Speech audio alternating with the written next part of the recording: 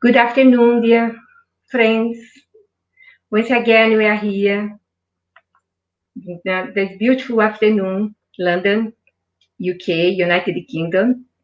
And we know we are having friends from another countries watching today. That is very important, this talk. And before I carry on, I'd like to invite you all to our opening prayer, a short prayer for this event. We ask Almighty Father, dear Lord, dear benefactors, that are helping us in this event, in our daily lives. Be with us today, that we are really organizing with love and care. Talk that bring light to everyone everywhere. So now we ask a permission, dear Lord, to enter in all homes and hearts of our friends for the entire world. And ask our permission to start our meeting now. So be it. So welcome everyone once again. Thank you all for being with a prayer with us. And it is a pleasure to be here with you all in this beautiful event. I will present Adam Osborne. He is co-founder and co-coordinator of Kardec Group in the UK, having previously had the opportunity to learn about Spiritism and work in Spiritist centers in Rio de Janeiro, Brazil. Kardec Group comprises of the Spiritist Society of Windsor and Maidenhead and the Spiritist Society of Bicester. Adam works professionally as a translation manager and has contributed to English translations of Spiritist material, including videos, letters, articles, and books. He also served as a deputy chairperson of BAS, our Spiritist UK Federation. Adam lives in Oxfordshire, UK, with his wonderful wife, Valeria, our dear friend. So Adam today will give to us a talk, The Golden Rule. I hope you enjoy it. Thank you, Adam. Now I pass over you. Okay, thank you, Elsa. And thank you to all our friends in the UK and around the world who are connected to us right now on Facebook, YouTube, via Kardec Radio. No matter where you're from, thank you for being with us. And I can see some really great friends are already connected to us right now. And so it's a pleasure to be with you again to talk about this topic of the Golden Rule, something which I find is always a very interesting topic to talk about. But don't worry if you've not seen this talk before or you don't know about the Golden Rule very much. But we're going to follow this and look at the following questions. So, what is the Golden Rule? Where does it come from? Why should we be concerned with it? And what does Spiritism itself tell us regarding it? So first of all, what is the Golden Rule? Well, it's a label that we put to a set of phrases and guidelines that help us to reflect about our behaviors. And it's something that's been around for a very long time. And perhaps the best phrase to represent the Golden Rule is the following: love your neighbor as yourself. Now, I'm sure that many people have heard of this expression before, but do we actually understand what it means? Should we be concerned with it? Is it something that's easy for us to apply in our day-to-day lives? So very important things for us to actually think about regarding this. So it's always good to start and look at the attributes of what it is. So here are the attributes of the Golden Rule to help us understand a bit more of what it actually is. So first of all, it is the basic guide of how we should treat others, the need of respect towards each other. It's known as the law of reciprocity, that we get whatever it is that we give. It's part of the laws of cause and consequence. It helps us to understand our connections with each other. It allows us to see our position within society, within work, within the family, within any kind of organization or hierarchy, and how we should behave within that structure. The Golden Rule shows us why we should have empathy towards each other, for the situations that others are in, for the kinds of things that they might be going through. It helps us to understand the usage of patience and tolerance. And it also helps us to justify and explain the need of charity. Now, these are just a few attributes. There are others, but these are the core ones, especially with what we're going to be looking at today.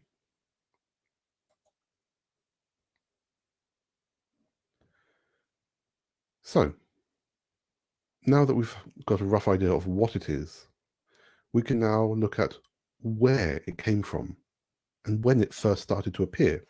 Now, many people believe that it started with the New Testament. Many people believe it's newer, others think it's much older. So I'm going to present now a historical timeline of where we know it has been written in one form or another. And all the dates that I'm going to show are just approximations. So we're going to start around 4,000 years ago in 2000 BC in Egypt and look at something called the Laws of Mat. Now, Mat was an Egyptian goddess, and she was worshipped around 4 to 4,500 years ago. And she was the personification of truth and justice. All of her guidance was seen as the ethical values that Egyptians should follow throughout their daily lives, and the guidance and guidelines for society, both, very interestingly, for incarnates and discarnates. And all of these guides were collated and grouped into a set of items called the 42 Negative Confessions, which were a set of declarations such as, I have not stolen, I have not attacked any man, I have not acted with evil rage. And this list, these 42 items, these 42 negative confessions, were part of what's known as the Book of the Dead. And these phrases would normally be inscribed on people's tombs, just to make sure that once they're in the afterlife, Mat would give them the correct kind of justice. And we can find part of these laws written down in the story called The Eloquent Peasant. And this story was composed, we think, around 1850 BC. And we have in there the message, that which you hate to be done to you, do not do to another. So here we have 4,000 years ago in ancient Egypt, possibly the first written message with moral guidance for how to consider our behavior towards each other. So moving on from here, let's go forward a few hundred years to approximately 1300 BC, to another event that occurred in Egypt with this guy called Moses and the event called the Exodus. Now, Moses was a very important prophet, but before that, he was an adoptive Egyptian prince. And his story is that when he discovered his heritage, that he was in fact the child of one of the Israelite slaves who had been there for 400 years, he started to look at the Egyptians with completely fresh eyes, in a completely new way. And he saw how all these slaves were being abused And then he rejected his Egyptian family, this royal family, because he was a prince. And he fled Egypt. Then one day, he was out, he was working as a shepherd, he got himself a new job, he got a wife, and he was there as a shepherd and was looking for lost sheep. And he came across this bush, this burning bush, which started to communicate with him. And the bush said it was God. And then God, which is the same God we follow in the Abrahamic Judeo-Christian faiths, that God then said to Moses, "Go and free the slaves from Egypt. Go and free my children from Egypt." And so with that, we have the Exodus story that we find in the Old Testament, the one with the plagues, the Pharaoh, and all those things. And part of this story, we have actually a mediumistic event where what's known as the 10 Commandments are received. And these commandments are things such as do not worship idols, do not kill, do not steal, do not gossip or spread rumors.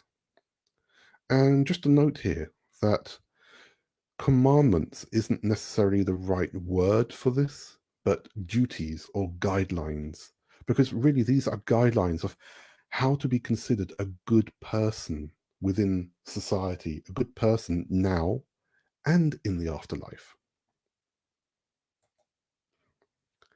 And so later on in the Old Testament, still part of the Exodus story, we have the following bits of text from the books of Exodus and Leviticus. In Exodus, we have, "Love your neighbor as yourself."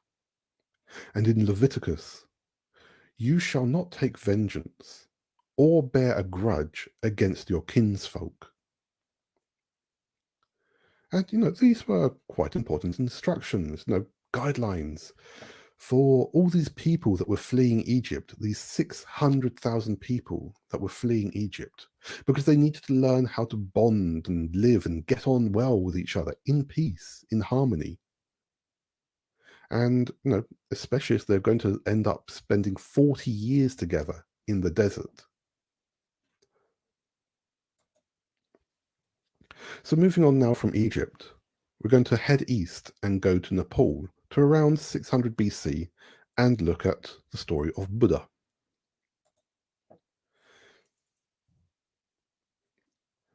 So Siddhartha Gautama was born in southern Nepal in around 630 BC in an area called Lumbini. And at that time, all the Indian religions were going through a very philosophical transformation. Now, Siddhartha was born into a very wealthy family, and that family wanted to protect him from the outside world. One day, when he realized that he would have to suffer illness, old age, death, he actually left home in order to find the root cause of human suffering, because it's something that upset him. And so he spent many years going around learning from different teachers. And it's said that one day, when he was almost at the point of giving up, he sat down underneath a fig tree thinking, okay, I'm almost giving up. I need to relax. I need to think. And he reached the state of enlightenment. He reached nirvana and then transformed to become Buddha, a very insightful philosopher and spiritual leader. Now, part of the Buddhist teachings are the scriptures known as the Tripitaka. And in these, Buddha gives lots of lessons, including the following.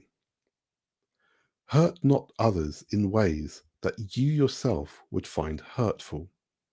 And, putting oneself in the place of another, one should not kill, nor cause another to kill. So, we've only looked at a couple of cases here, but we're already getting very similar ideas and teachings of behavior and respect between these three items.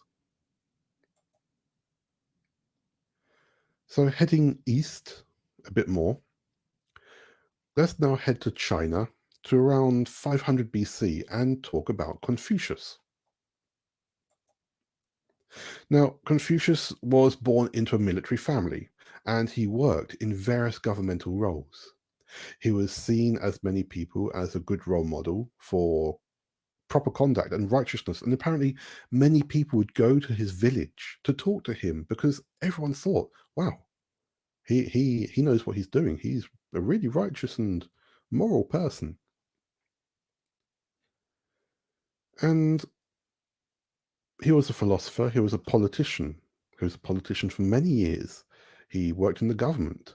And many of the philosophical works that he came up with were a collection called the Analects. And these were parable-like stories. And in the Analects, we can find the following. What you do not wish for yourself, do not do to others. And there's also another story in the Analects where it said that a disciple comes up and asks, Master, is there any one word that could guide a person throughout life? And the master turned around and replied, how about reciprocity? Never impose on others what you would not choose for yourself.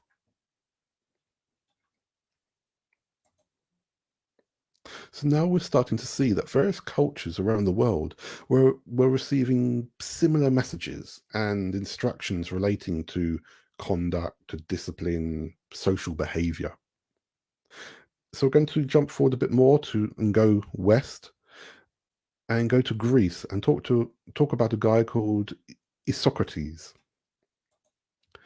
Now, Isocrates, he was an orator, a speechwriter, a lecturer, and he was born, we believe, in around 436 BC, and he lived to be possibly about 98 years old, and was actually contemporary of Socrates, who was born in 470 BC, and Plato, born in 428 BC. So they more or less knew each other. And one of Isocrates' work, this guy, Isocrates, not Socrates, one of his works is something called the Nicocles. And one of these, well, these are actually sets of talks that he gave to the people of Cyprus. And in one of these, there's this following text. Do not do to others that which angers you when they do it to you. Practice nothing in your deeds for which you condemn others in your words.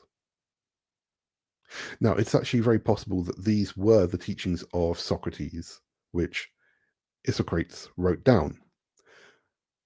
And so, because Socrates himself didn't actually write down any of his things, so it's not necessary that we know who said this first, but it was written down by this guy here, Isocrates.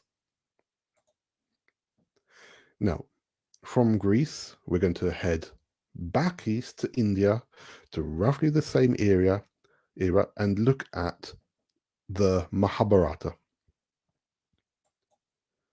Now, the Mahabharata is very important Indian scripture, and it was compiled by this guy on the left here, Vyasa. And the story goes that he was helped by the elephant-headed deity Ganesh. And Ganesh worked as the scribe, so writing down all of the story. And the story itself, the scripture, the Mahabharata, were events, a big dramatic event that was supposed to have happened around 1000, 1500 BC. And the text is also very important within the Hindu faiths, because within there we have the Bhagavad Gita, which is central to Hindu and Hare Krishna faiths, because it talks a lot about Krishna, the Hindu deity Krishna, and all of his aspects of life. And so it's vital for them. And within the Mahabharata, we have the following passage, which is part of a conversation. And it says, one should never do something to others that one would regard as an injury to one's own self. In brief, This is Dharma. Anything else is succumbing to desire. Now, Dharma is the Sanskrit name for cosmic law, the behaviors needed for righteous duty, for righteous living, the laws of the universe itself. So in the Mahabharata, they're actually equating good behavior to being a fundamental part of the universal laws. Now we're going to head back west a little bit and go to Persia and look at the religion of Zoroastrianism. So, Zoroaster, or Zarathustra as he's known as in some languages, was a prophet and spiritual leader who was born roughly 1500 BC. So he was around roughly the same time as Moses. And he was a very insightful person. He was considered as one of the very first philosophers. And his teachings are considered as being a key point of influence for other religions and philosophers. And of course, the Zoroastrian faith itself is founded on his teachings. Now, like I said, he was spiritual, and he actually taught about interesting things. So he taught about monotheism, the idea of having just one God. He taught about the idea of reducing external religious ceremonies. He taught about ideas about the afterlife, as well as cause and consequence. And so there are two teachings that are attributed to him, two phrases. The first is, well, out of many, the first that I'd like to mention is this one. Whatever is disagreeable to yourself, do not do unto others. The other, bit similar. Whatever you do not approve for yourself, do not do for anyone else. When you have acted in this manner, you are righteous. When you have acted in this manner, you are righteous. Very strong words from him. And so let's stay in the Middle East, because we can see that that's been a bit of a hub for this kind of philosophy to come from. And go to about 50 BC to a little country called Israel and talk about someone called Hillel the Elder. Now, for those who haven't heard of him, Hillel the Elder was a rabbi and philosopher. He was a very important person in the religious and political landscape of Israel and the province of Judah, as it was called at the time, and who's born around 110 BC. And he studied the Jewish religious laws. He became a respected rabbi and one of the teachers of the laws. And he founded one of the main schools of thought, the House of Hillel, which still exists nowadays. We can find in various countries. In America, there's a few. And he promoted this idea of talking about the aspects of ethics, theology, religious practice, day-to-day life, openly. No, just normal, philosophizing.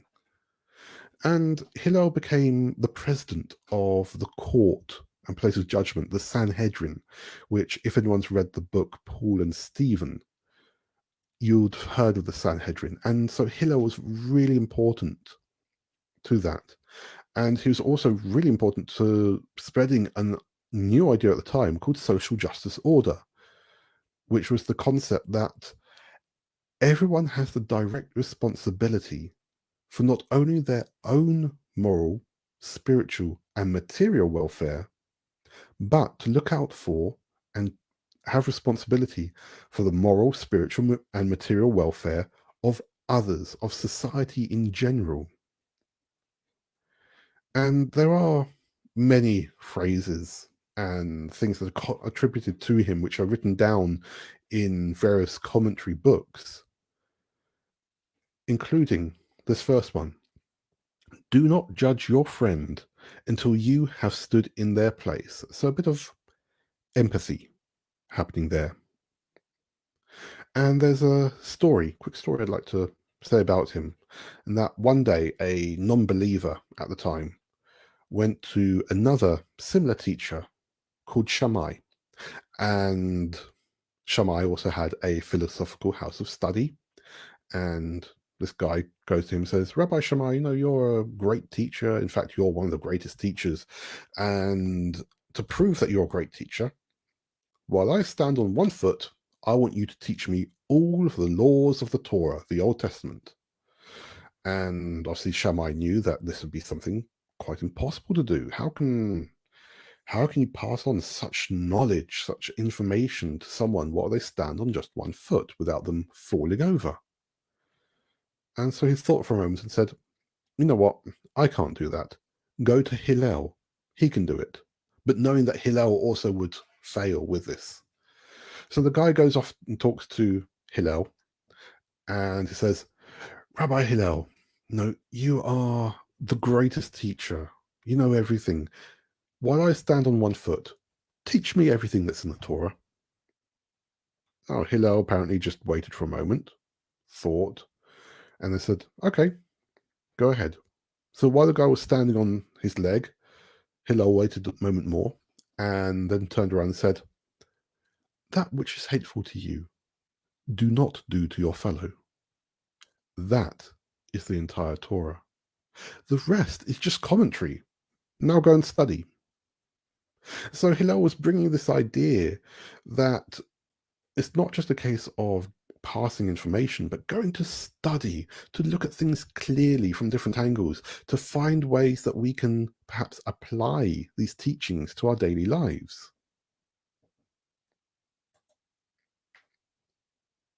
And so we're going to look at the last person on this historical timeline. So we're going to stay in Israel to around 30 AD and talk about this next chap here. Now, I'm sure that you've heard of this gentleman, Yeshua ben Yosef, Yeshua son of Yosef, Jesus son of Joseph, Jesus of Nazareth, son of Mary. Now, he was a rabbi and philosopher, and according to current calculations, he was actually born 4 BC.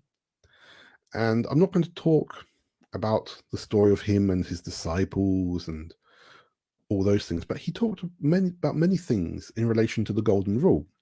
And there's a couple of passages from the Sermon on the Mount which I want to mention right now. The first one is from Matthew chapter 7, verse 12. Do to others what you would want them do to you. That is the meaning of the law of Moses and the teaching of the prophets. And so by the law of Moses, he's talking about the Torah, the Old Testament, and the Jewish laws that people like Rabbi Hillel that we just saw helped to spread. And the prophets were actually people such as Moses, Noah, Jonah, all these people from the Old Testament, the major and minor prophets who would nowadays be considered as mediums from within a spiritualist view. And the other passage is the passage from Luke. And in Luke it says, do to others what you would want them do to you. So quite clear messages, which, it's taken about 2,000 years to get to this point. And so to continue with the Gospel of Matthew, in chapter 22, verses 34 to 40, we have the following, which we can also find in The Gospel According to Spiritism by Allan Kardec, a very important book. But before I read it, I want to give a bit of background of this event, of this story. And so in this, Jesus was there at the temple in Jerusalem, the holiest and most important place for the whole Jewish people at that time. And he was there talking, philosophizing with anyone who wanted to listen. And that was actually something that only rabbis would normally be allowed to do. So people who went and were rabbis and teachers within all the synagogues everywhere.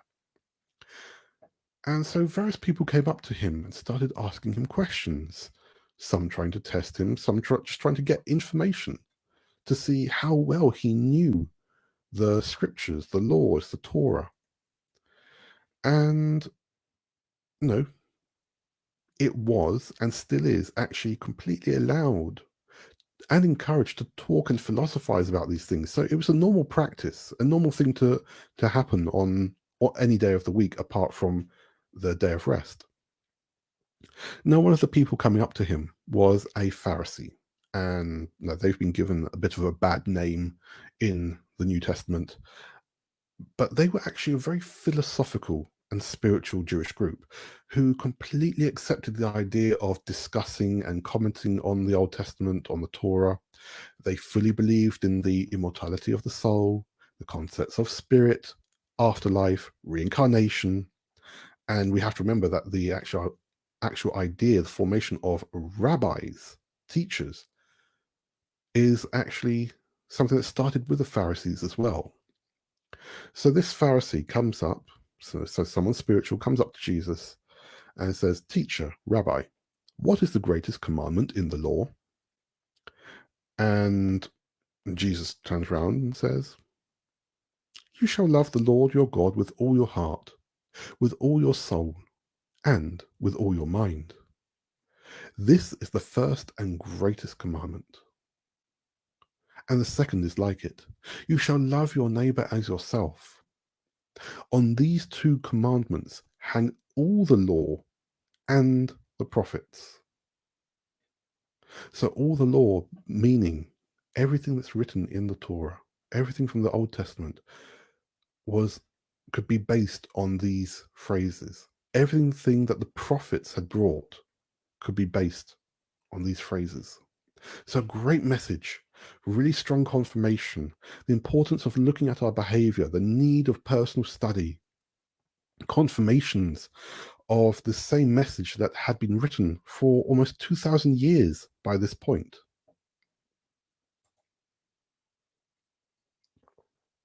Now, there are, of course, many, many other moments throughout history, even up until recent years, where people have received the same message and tried to convey the same message.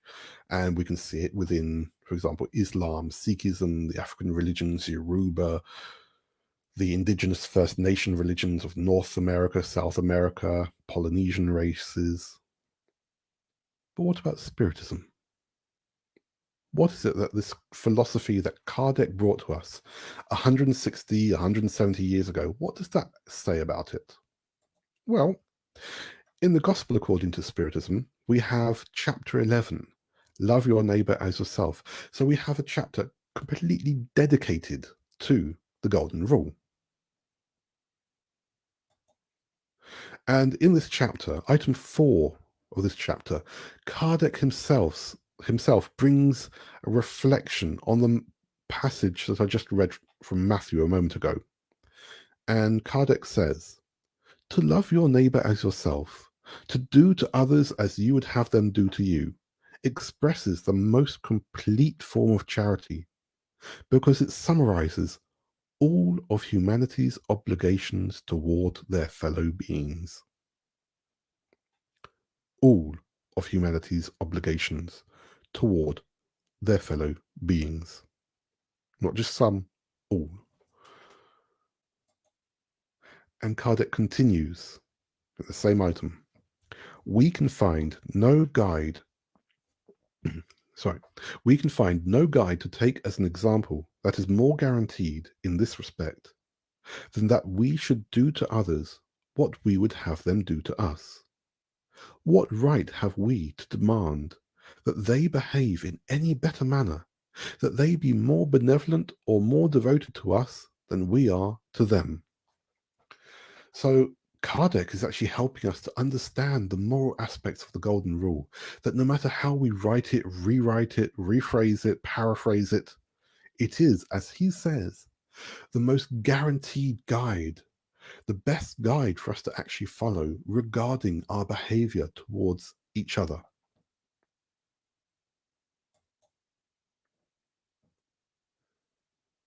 And within the same chapter, we have messages from the spirits of Lazarus and Fenelon, which help us to reflect a bit more on our own behaviors and attitudes. And so Lazarus brings to us the following: in order to advance towards this goal, each person must overcome their instincts, that is to say, to perfect their sentiments. And then Fenelon continues with this. Love is of a divine essence, and everyone, from the first to the last, has a spark of this sacred fire in the bottom of their hearts. So this sacred fire that Phelan's talking about, we can relate this to the Old Testament, to Genesis, where it said that God creates humans and gives to them the divine spark, the breath of life, the sacred breath, sacred fire of life. So Fenelon's really saying that charity is a form of love. And that is that's divine element. And we all have that within us. We all have it within our reach. And so continuing with this chapter, item 12 is about selfishness. And the Spirit Pascal brings us the following. If charity reigned on earth, then evil could not prevail. It would fade away in shame. It would hide, seeing that wherever it went, it would feel out of place. So we can see that just within this one chapter of the Gospel According to Spiritism by Allan Kardec, we have a very Kardec way of seeing things, because he was a scientist, he was a researcher, he was an educator. We have an objective overview, an analytical observation, a methodology, and a hypothetical conclusion regarding the Golden Rule. This way for us to understand what it means, how to apply it. But it doesn't stop there. So within Spiritism, we also have the Spirits book, also a very core book for us to study. And in the Spirits book, we've got various items, especially here in chapter 12 of part 3, which talks about the moral perfection, the moral laws. And we have various observations about the attitudes and behaviors we need for our evolution. And the Spirits book, set of questions and answers, questions posed by mediums, answers from spirits. Question 893. Which is the most meritorious of all the virtues? And they say, the spirits say, all virtues are meritorious, because all are signs of progress on the path of the good. However, the highest virtue consists in the sacrifice of one's own interests for the good of one's neighbor, without ulterior motives. The greatest merit is that which is based on the most disinterested charity. So, a very firm message here about helping others, about not wanting anything in return, to do things without needing or demanding anything in return, about how we should treat others out of respect, the same level of respect that we would want for ourselves. And continuing with this, question 918. By what signs can we recognize in individuals the real progress that will raise their spirit within the spirit hierarchy? Now, Kardec's comment on this is very interesting. And he says, truly moral individuals are those who practice the law of justice, love, and charity in its most complete purity. If they interrogate their conscience concerning their actions, they will ask if they have done to others what they would want them to do unto them. And this is followed up by a fantastic question about applying the Golden Rule. 919. What is the most effective means for improving ourselves in this life and for resisting the draw of evil? A sage has told you, know thyself. Self-knowledge is therefore the key to individual improvement. Now, these are just a couple of items from the Spirits book, but through this we now have a good set of references about where the Golden Rule has come from, the different versions of it, some of the snippets from what Spiritism itself mentions about it, but how it can impact us, how we should be considering it regarding our own personal transformation. And so, why should we consider this, especially right now?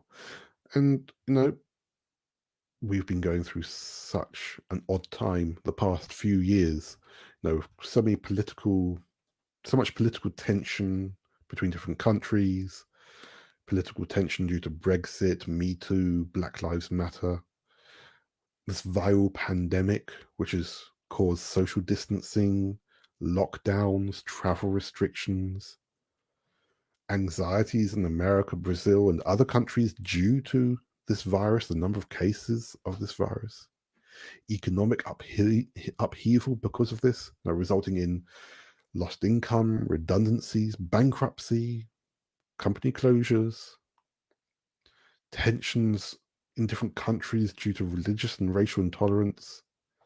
Even within technology, there's many rumors, there's many tensions going on between people not selling software the correct way, or using things the right way, or not allowing you to download different bits of different apps for your phone. And most recently, tension in Lebanon due to the recent accident there. So all these things which have been building up, causing anxiety, tension, stress, disruption. So within all this, it's understandable that not everyone is able to find the inner balance they need to counteract these disturbances and to be able to live in a peaceful and harmonious way. Various people, not everyone, but various people have lost sight of the true aspect of fraternity and solidarity. And at the start of this lockdown process, many people were jumping up and down, reaching out to each other, talking to each other, caring for each other. And now that lockdown restrictions have eased around the world, there's been a decrease in solidarity. There have been less people talking to each other, less people watching out for each other, less people caring for each other. Many people returning to materialistic ideas, going to hairdressers, clothes shopping, pubs, restaurants, holidays, things that could, in matter of fact, just wait. So all the good things that have happened recently have started to slide down again. So what can we do to apply this, to adjust our behaviors, to look at our attitudes and perceptions and apply the golden rule to our daily lives? Because it's needed. So let's look again at some of the aspects we saw at the start of this presentation. So, laws of consequence, empathy, patience, tolerance, charity. So how can we apply this? How can we apply the golden rule to our daily lives? First of all, listen to others. And by that, I mean listen properly, to take time and actually listen to what someone says. Be patient. Take care of the details, the tone, the emotion. Perhaps they're actually avoiding to say certain things to not upset or to reveal anything. So we need to learn how to listen properly. We need to learn how to practice empathy, to think about how and why people are going through certain things, how and why people are behaving in certain ways, how and why they may be saying certain things. We need to be patient, because not everyone talks in the same way as us. Not everyone will want to do things in the same way as us. Not everyone will understand things in the same way as us. We don't like it when people are impatient with us. So why should we be impatient with others? We need to consider each other as siblings, brothers and sisters within humanity, that we all come from the same starting point. We have the same final goal, And we're all on the same planet together for a reason.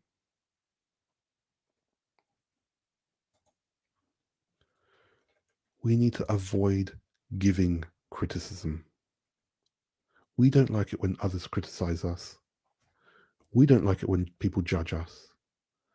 So why should we criticize and judge others?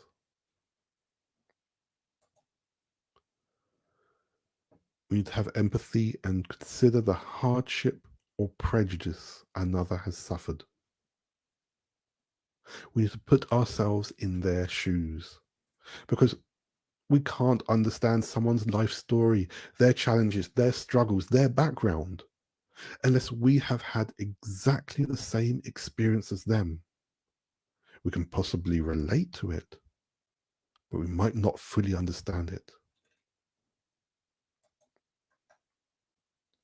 We need to allow ourselves to be calm, because it's only once we're calm that we can think rationally enough to help others and to help ourselves.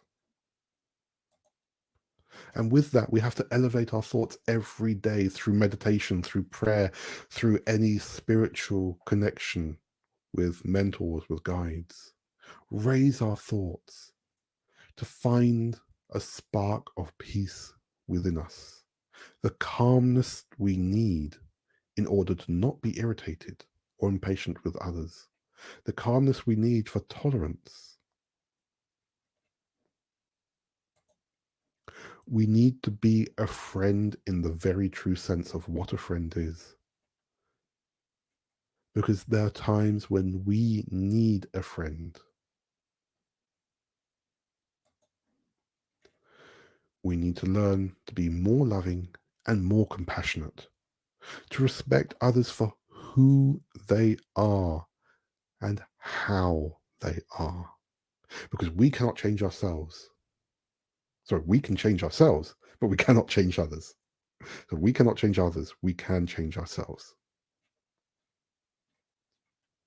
So, we need to be loving and compassionate with ourselves.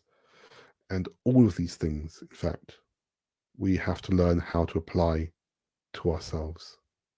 Because there's no point learning how to treat others well if you don't know how to treat yourself with the same respect. We can only truly progress along our spiritual evolution once we have learned how to respect others as ourselves. And these are only a few of the many ways that we can apply the law of reciprocity, the golden rule, this idea of love your neighbor as yourself. And before I end, there's a couple of things I want to leave with you. The first is from a BBC interview with the Dalai Lama back in June. And he said in this interview, the whole world should pay more attention to how to transform our emotions. And that's so true of the current situation we're in. It's so true for humanity in general. And fortunately, luckily, we can see the same message from Andre Louise, Joanna G. Angeles, all the teachings of Buddha, Zoroaster, Matt, Moses, Jesus, Krishna. So perhaps after 4,000 years, we should start to learn how to consider this. We should start to learn how to apply this to our daily lives. And for my final thought, now I don't remember where I've heard this, but it always sticks with me. We are all on the same path, just wearing different shoes. So thank you for your time and patience in listening. If you have any questions, please send them through now. More than happy to answer any questions anyone has. If you want to contact with us at Kardec Group, here are details. And one last thing, please go and subscribe to our YouTube channel Follow us on Facebook as well, because in the next couple of weeks, we're going to be launching a couple of interesting announcements. And if you subscribe to us on YouTube and Facebook, you'll be the first to know. So thank you very much. Back to you, Elsa. Adam, really, really amazing.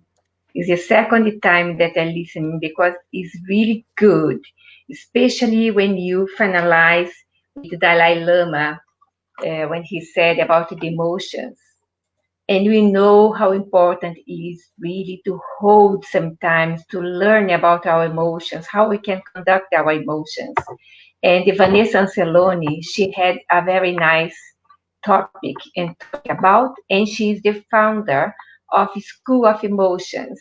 That means that people can really understand how to hold your horses, how to use your emotions, that the entire humanity can evolve in the right shoes. That's very important, really, really. Your comment is really good. So thank you so much, Adam. And before we finish, if people, there's no question, as far as I've seen here, some comments about Lawrence, Edith, Elaine Raup, Regilda, people that are saying that's good, thank you. And I'd like to invite all our listeners, people, friends of BAS, friends of the Spiritist movement in the UK, to participate with us. Be aware that on 10th of September, we are organizing the entire day full of talks about life, preserving life. Is of course is a World Suicide Prevention Day, but we are talking about life and giving guidelines, giving hints to people really live in a better way with emotions or no emotions, but how really use our time. So today I will pass again over to Adam. That's first. I'd like really to say thank you so much on behalf of the BAS. Thank you for our friends that are member of BAS, Windsor Maidenhead Spiritist Society, that Adam and Val are coordinators, that is organizing very nice talks and Monday evenings in English, and we are learning so much about the Spirit book, questions and answers. And thank you once again to everybody that are parting of here now. And Adam, kindly give us the final prayer, will be lovely. Thank you. Okay. So I'd like to invite everyone just to take a moment to make yourselves physically comfortable. Ignore any distractions around you. And just focus on your thoughts, on your breathing, on your state of well-being. Raising your thoughts to all the great spirituality around, to all our benefactors, our mentors, our spiritual guides, to all our friends who are always there for us, to watch over us and guide us. We ask that they can bring to us, to this planet, to this great brotherhood which we are part of, as brothers and sisters in humanity, both on the physical and spiritual planes of life, all the positive energies, the positive vibrations that we need as individuals, as families, as groups, as a society, within the countries we're in, on this planet which we are fortunate to be on. We ask that wonderful, luminous, healing vibrations can flow to all those around the planet who need, all those who require uplift, faith, patience, and tolerance. to all our friends and family around the world who may be going through struggles and challenges, to all our brothers and sisters who need help and support.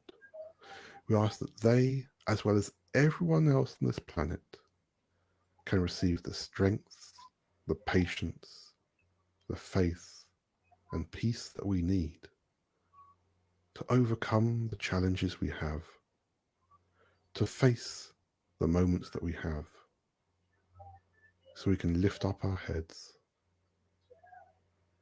connect to our mentors and guides, and ask that they can be with us, to watch over us, to keep us safe with the strength and knowledge we need, now and always. Thank you.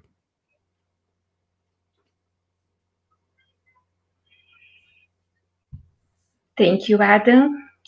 Thank you, Kardec Radio, that is hosting this event with us. Thank you, our dear people from BAS, British Union of Spiritist Societies. Thank you for all the other people that are really keen to be with us in our English talks. Once again, God bless all of us. Thank you. Thank you, Adam. Bye-bye. Bye-bye, everyone. Thank you.